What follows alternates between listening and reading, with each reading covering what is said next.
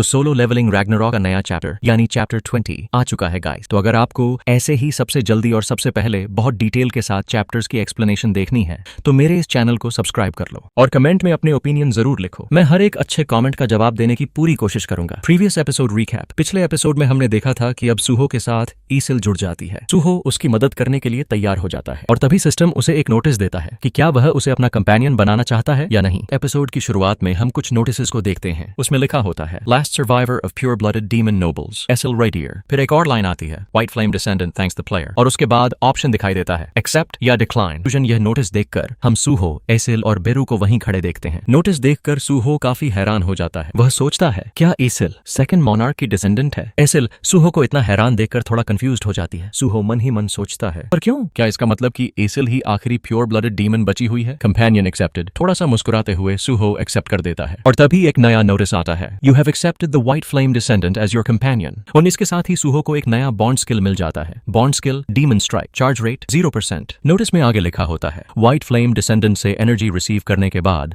आप एक devastating attack कर सकते हैं। तभी एसिल अचानक चौंक जाती है। वह जोर से बोलती है क्या? अभी अभी मेरे सामने एक स्टेटस स्क्रीन अपीयर हुआ है। अब मैं भी एक स्क्रीन देख सकती हूँ। यह सुनकर सूहो कहता है मुझे पहले पता नहीं था क्योंकि ग्रे बोल नहीं सकता, लेकिन लगता है जो भी मेरा कंपेनियन बनेगा वह भी मेरी तरह स्टेटस विंडो देख पाएगा। यह सुनकर बेरू कहता है यंग मोनार्क, क्या इसका मतलब? सूहो जवाब देता है हाँ, एसिल अब मेरी कंपेनियन बन चुकी है, the white flame descendant acyl. यह सुनकर एसिल और ज्यादा चौंक जाती है। वह सोचती है क्या मैं व्हाइट फ्लेम डिसेंडेंट हूँ? तभी सीन शिफ्ट होता है। अब हम ब्रोकी, सूहो, एसिल और ग्रे को एक बिल्डिंग के पास खड़े देखते हैं। सूहो एसिल से कहता है चलो अब हम अपने नए बॉन्ड स्किल को ट्राई करते हैं। क्या तुम तैयार हो एसिल? एसिल तुरंत जवाब देती है यंग मोनार्क, मैं बिल्कुल तैयार हूँ। तभी सिस्टम नोटिस आता है bond skill demon strike activated और तभी हम देखते हैं कि एसिल की पावर एक्टिवेट होने लगती है। उसकी पूरी बॉडी ग्लो करने लगती है। फिर उसके अंदर से एक बहुत पावरफुल एनर्जी सीधे सूहो के अंदर फ्लो होने लगती है। सूहो का हाथ तेज रोशनी से चमकने लगता है, लेकिन उसी पल एसिल अचानक गिर जाती है। यह देखकर सूहो तुरंत पूछता है एसिल क्या हुआ? एसिल धीरे से जवाब देती है सॉरी, लगता है कि यह स्किल मेरी पूरी एनर्जी खींच लेती है। सूहो समझ जाता है। वह कहता है समझ गया, ठीक है जाकर थोड़ा रेस्ट कर। और तभी सूहो अपनी नई पावर को महसूस करने लगता है। सूहो अपनी नई पावर को अनलीश करने की कोशिश करता है। वह मन ही मन सोचता है एक ऐसी स्किल जिसने एसिल की पूरी एनर्जी ड्रेन कर दी तो फिर यह कितनी पावरफुल हो सकती है। अभी हम देखते हैं कि सूहो अपना पंच रेडी करने लगता है। उधर एसिल भी सोचती है एक ऐसी स्किल जिससे मैं अपनी एनर्जी यंग मोनार्क के अंदर ट्रांसफर कर सकती हूँ। सूहो सामने पंच मारते हुए सोचता है शायद यह एक इनक्रेडिबल अटैक होगा, लेकिन जब वह पंच मारता है कुछ देर बाद वह देखता है कि वहां ज्यादा कुछ हुआ ही नहीं, बस एक नॉर्मल अटैक जैसा ही असर हुआ। यह देखकर सूहो और बेरू दोनों हैरान रह जाते हैं। बेरू कहता है यंग मोनार्क, यह अटैक उतना पावरफुल नहीं लग रहा है, तो आपके नॉर्मल अटैक जैसा ही है। सूहो भी कहता है देखने से तो लगता है यह ग्रे के बॉन्ड स्किल जैसा बिल्कुल नहीं है। दूसरी तरफ यह देखकर ग्रे हल्का सा चिढ़ाने लगता है। Status window check. सूहो फिर स्टेटस विंडो की तरफ देखता है। वह सोचते हुए कहता है क्या यह इसलिए है क्योंकि इसका चार्ज रेट अभी 0% है, लेकिन मुझे यह भी नहीं पता कि इसे चार्ज कैसे करना है। तो यहाँ कहीं भी मेंशन नहीं किया गया कि इसे रिचार्ज कैसे किया जाए। मुझे बिल्कुल समझ नहीं आ रहा कि मैं इस स्किल को सही तरीके से यूज कैसे करूंगा। तभी बेरू कहता है यंग मोनार्क, अगर मैं एक रिक्वेस्ट करूं तो क्या मैं उन सारे डीमंस को खा सकता हूं जिन्हें आप यहाँ लेकर आए हैं? सूहो जवाब देता है नहीं, मैं उन्हें शैडो सोल्जर्स बनाना चाहता हूँ ताकि जरूरत पड़ने पर मैं उन्हें यूज कर सकूं। तभी सूहो हाथ आगे बढ़ाकर कहता है अराइज, लेकिन तभी एक नोटिस आता है देयर माना is contaminated, shadow extraction can not be performed, corrupted demons. यह देखकर बेरू समझाता है यहाँ तक कि शैडो मोनार्क संग जिन वू भी इन डीमंस को शैडो सोल्जर्स नहीं बना सकते थे क्योंकि इनका माना कंटामिनेटेड होता है या फिर इनकी सोल करप्टेड होती है। यह सुनकर सूहो कहता है अगर ऐसा है और उनका सोल पहले से करप्टेड है तो ठीक है बेरू, तुम उन्हें खा सकते हो। यह सुनते ही एसिल रोने लगती है क्योंकि वह खुद भी एक डीमन है। कुछ देर बाद सूहो उसके पास आता है। वह उसे एक हीलिंग पोशन देते हुए कहता है इसे पी लो, तुम बेहतर महसूस करोगी। एसिल धीरे से कहती है थैंक यू और सूहो को तकलीफ देने के लिए माफी भी मांगती है, लेकिन सूहो कहता है कोई बात नहीं, और वैसे भी अगर सोचूं तो अब तुम्हारे पास जाने के लिए कोई जगह भी नहीं है, तो तुम इस जगह को जैसे चाहो वैसे यूज कर सकती हो। शैडो डंजन का एक हिस्सा तुम इस्तेमाल कर सकती हो। यह सुनकर एसिल बहुत शॉक्ड और थैंकफुल हो जाती है क्योंकि यंग मोनार्क उसे इतनी बड़ी मदद दे रहा था। तभी एक सिस्टम नोटिस आता है part of the shadow dungeon has been designated as the domain of the white flame, यानी शैडो डंजन का एक हिस्सा अब व्हाइट फ्लेम डिसेंडेंट के नाम कर दिया गया है और एसिल रदीर को उस जमीन का मास्टर बना दिया गया है। सूहो उसकी तरफ देखते हुए हल्का सा मुस्कुराता है और कहता है अब हम कंपेनियंस हैं एसिल, इसलिए चिंता मत करो। तभी अचानक बेरू जोर से चिल्लाने लगता है। यह देखकर सूहो और इसिल उसकी तरफ देखते हैं। सूहो पूछता है, क्या हुआ बेरू? बेरू कहता है, यंग मॉनार्क, इन सारे डीमंस की मेमोरीज से मुझे बहुत कुछ पता चला है, यहाँ तक कि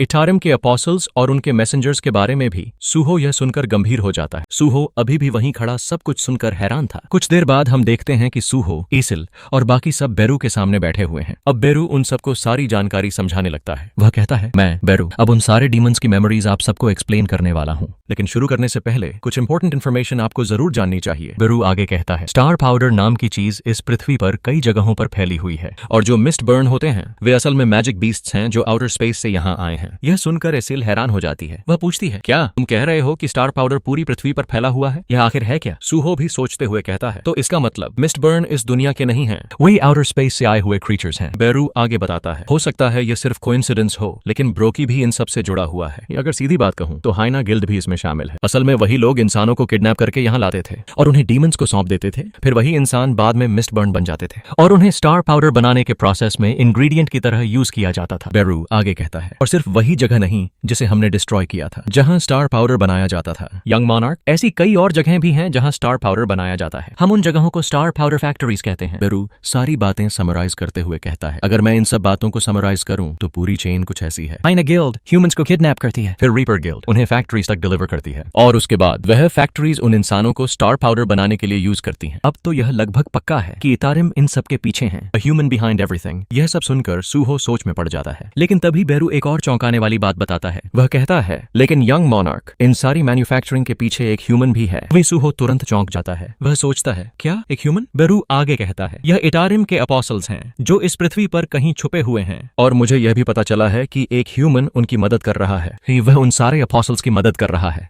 और वह ह्यूमन है, the real suspect, reaper guild का वाइस गिल्ड मास्टर ली मिन संग। अब ऐसा लगता है कि अगर हम उसकी इन्वेस्टिगेशन करें तो शायद हम जल्दी ही इटारिम तक पहुंच सकते हैं। सीन शिफ्ट होता है। अब हम हंटर एसोसिएशन की बिल्डिंग के बाहर देखते हैं। वहां बहुत सारे रिपोर्टर्स खड़े हैं। वे सब किसी का इंतजार कर रहे होते हैं। तभी सामने से एक आदमी की एंट्री होती है। वह है ली मिन संग। जैसे ही वह वहां पहुंचता है, सभी रिपोर्टर्स उसके पास आ जाते हैं। सब उससे सवाल करने लगते हैं। एक रिपोर्टर पूछता है, हंटर एसोसिएशन के अंदर आखिर क्या हुआ है? ली मिनसुंग शांत होकर जवाब देता है, ज्यादा कुछ नहीं हुआ, मेरे ऊपर कोई एलिगेशंस थे ही नहीं। Reporters questions. तभी एक और रिपोर्टर पूछता है, क्या आपको सच में नहीं पता था कि हाइना गिल्ड, जिसे रीपर गिल्ड सपोर्ट कर रहा था, वह सिविलियंस को किडनैप कर रहे थे?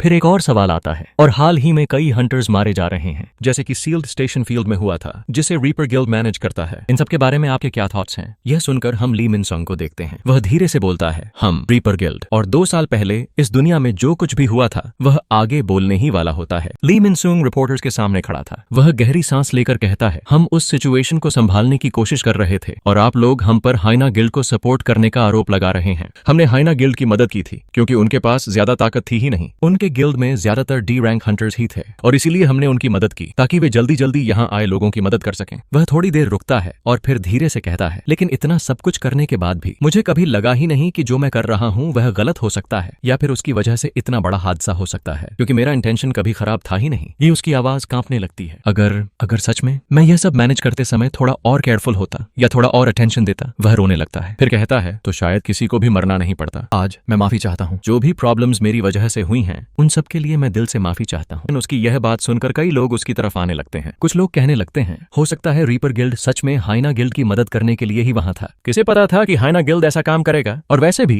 रीपर गिल्ड ने कई अच्छे काम भी किए हैं। क्या इसका मतलब यह नहीं कि वे असल में हीरोज हैं? तभी हम ली मिनसंग को देखते हैं। वह सबकी बातें सुनकर हल्का सा मुस्कुराने लगता है और मन ही मन सोचता है, इस तरह का एक्ट यह तो मेरे लिए काफी आसान है, क्योंकि एक वक्त था जब मैं एशिया का ग्रेटेस्ट स्टार माना जाता था। लगता है मेरी एक्टिंग की एबिलिटी अभी भी खत्म नहीं हुई है। वह थोड़ा आगे सोचता है, लेकिन अजीब बात है, हंटर एसोसिएशन ने मुझसे ज्यादा सवाल भी नहीं किए। बिना कुछ पूछे ही मुझे वापस जाने को कह दिया। खैर, मुझे नहीं लगता कि इससे कोई फर्क पड़ता है। शायद हंटर एसोसिएशन को यह भी नहीं पता कि स्टार पाउडर मैन्युफैक्चरिंग के पीछे असल में मैं ही हूँ। तभी सीन में हम सूहो को देखते हैं। वह दूर से ली मिनसंग पर नजर रख रहा था। सूहो धीरे से कहता है, तो यह है ली मिनसंग। फिर वह बेरू से पूछता है, बेरू, क्या तुम्हें उसके अंदर से इटारिम की कोई एनर्जी महसूस हो रही है? बेरू जवाब देता है, यंग मॉनार्क, नहीं, मुझे बिल्कुल भी ऐसी कोई एनर्जी महसूस नहीं हो रही। यह सुनकर सूहो कहता है, तो तुम्हारा मतलब है कि उसे इटारिम कंट्रोल नहीं कर रहे? नहीं, अगर यह सच है तो हमारे सामने डिस्कवर करने के लिए अभी बहुत कुछ बाकी है। लेकिन सूहो आगे बढ़ने ही वाला होता है कि तभी बेरू उसे रोक लेता है। बेरू गंभीर आवाज में कहता है, यंग मॉनार्क,